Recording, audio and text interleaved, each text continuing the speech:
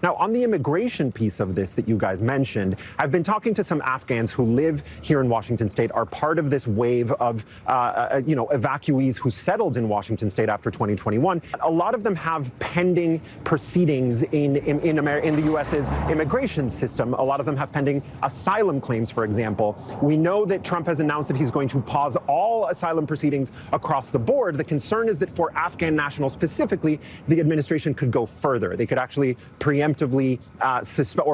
terminate these asylum proceedings, which would render these people extremely vulnerable to detention, to deportation, likely to third countries, because deportation flights don't happen at this moment directly to Afghanistan. They should be worried. And I know that sounds cold. I know this sounds heartless.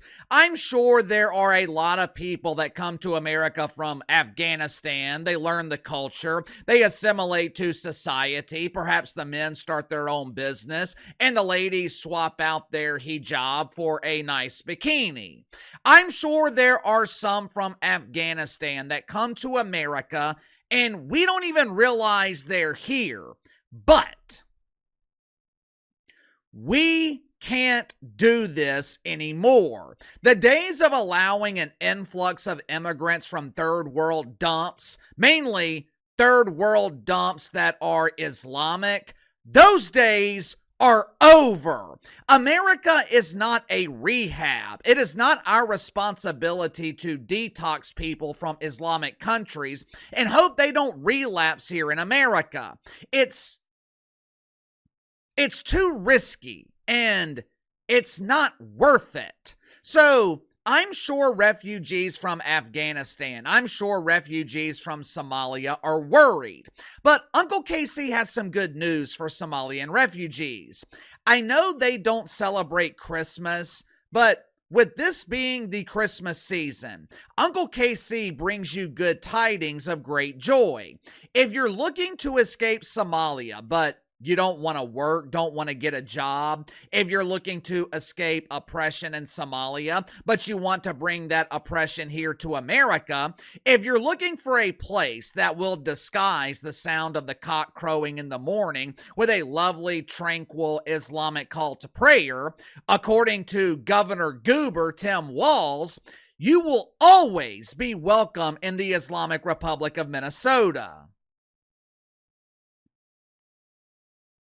Not only are you welcome to live in the state capital of Minneapolis-stan, since you're part of a marginalized group, since Timmy considers you to be an oppressed minority, you will be given a monthly stipend every month, courtesy of the American taxpayers in Minnesota. You will be given so much money, you will have enough discretionary spending to send money back home to Somalia to further the spread of the religion of peace.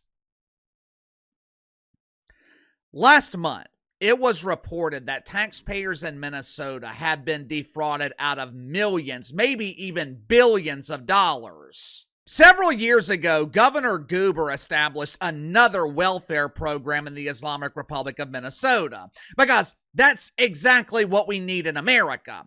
Another program that allows the underachiever to mooch off the American worker. The original intent of the program, it was to help senior citizens and the disabled find housing. I don't think most people have a problem with that. Uncle Casey doesn't want to see Granny living on the street. If Granny needs some financial assistance, I think most people would gladly contribute. Same with people who are disabled. And when I say disabled, I'm talking about real disabilities, people who through no fault of their own are not capable of taking care of themselves. I'm not talking about Marty Mooch, who is pretending to have a disability so he doesn't have to get a job.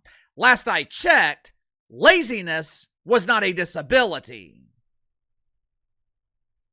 Unfortunately, Timmy's welfare program was not helping Granny. Hell, it wasn't even helping Marty Mooch, because the money, it was allegedly being used to help Mahmoud in Somalia. Millions and millions of dollars were being sent to Somalia to fund a terrorist group.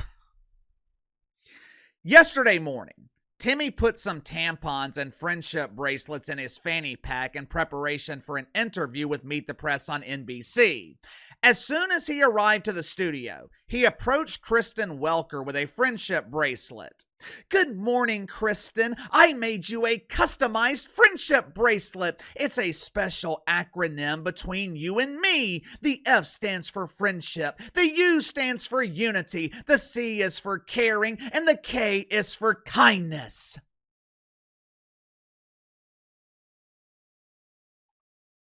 Unfortunately for Timmy, Kristen Welker was not in a caring mood. She pressed Tim Walz on the rampant Somalian fraud in the Islamic Republic of Minnesota. And as expected, Tim Walz proceeded to absolutely humiliate himself.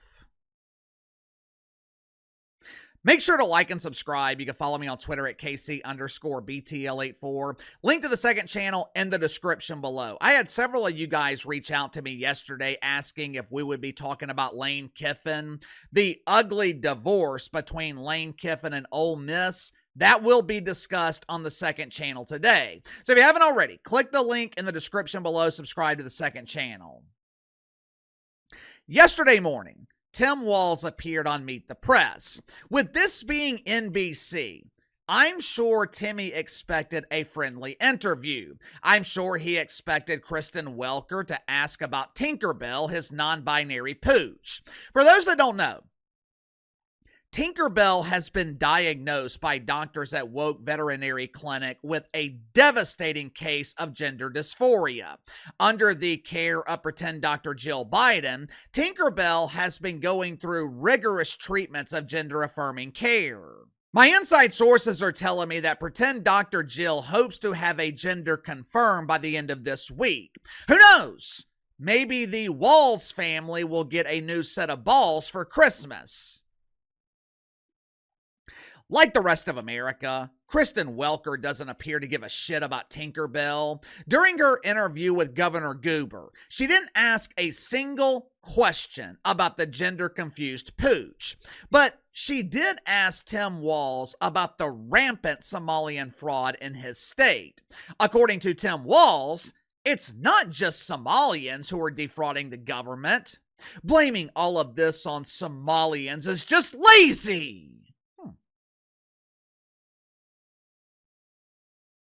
So, who is responsible for the fraud? Tim Walz never specified. He never revealed the plaintiffs because Timmy was too busy dodging the question while admitting that his soft-on-crime state attracts criminals. Watch for yourself. Dozens of people of East African descent have been charged, convicted, and sentenced for stealing more than $1 billion in taxpayer money. That is more than Minnesota spends each year to run its Department of Corrections. Do you take responsibility for failing to stop this fraud in your state? I take responsibility for putting people in jail. It's not just Somalis. Minnesota is a generous state. Minnesota is a prosperous state, a well-run state. We're AAA bond rated, but that attracts criminals. But to demonize an entire community on the actions of a few, it's lazy. Yeah, I would imagine Minnesota attracts criminals. My inside sources tell me that normal people living in Minnesota, they refer to them as Democrats, but for the sake of argument, we'll continue using the term criminals. I would imagine Minnesota is a utopian paradise for criminals. I'm sure a lot of these criminals are also here illegally, which is what happens when your governor proudly admits to being a sanctuary state. According to Tim Walz, it's not just Somalians who are defrauding the taxpayers in Minnesota. It's not just Somalians who are sending American tax dollars to terrorist groups in Somalia. I mean, why would Somalians do that? Why would Somalians take our money and send it back to Somalia? That doesn't make sense, right? Since Tim Walz couldn't find those responsible, libs of TikTok on Twitter, she was able to find the list of Americans who were allegedly sending taxpayer money to Somalia. Check the list out for yourself. Wait a minute. Didn't Tim Walz say it wasn't just Somalians who were responsible for this? When he said that, I thought he was insinuating that some Americans were defrauding the government in Minnesota and sending money over to Somalia. I'm looking through this list of names. I don't see Uncle Sam. I don't see Lady Liberty. I don't see names like Fred, Frank, Bob. But I damn sure see a lot of names on this list I can't pronounce. I see a few Muhammads. I see someone named Farton. Now, in Timmy's defense, it's entirely possible that Farton is an alias for the whoopee cushion on The View. Last I checked, Whoopi Goldberg is an American, so we did find one potential American on this list. But the overwhelming majority of defendants in this case do not appear to be from America. If I had to guess, most of the defendants were probably born in Somalia. If Somalians aren't responsible, who is? This is an absolute disgrace. After the election last year, after cackling Cam Harris and Tim Walz were defeated in a landslide, after America clearly rejected deacons at Woke United Methodist, I thought there was a possibility that Democrats would shift towards the center. Instead, they seem to be doubling down on depravity. They seem to be doubling down on the destruction of America. Think about the so-called leaders of the Democratic Party. Believe it or not, there are actually some good Democrats. Josh Shapiro, governor of Pennsylvania, Uncle Fester, John Fetterman. They get labeled as establishment. We can't allow John Fetterman to be one of our leading voices. This asshole loves America!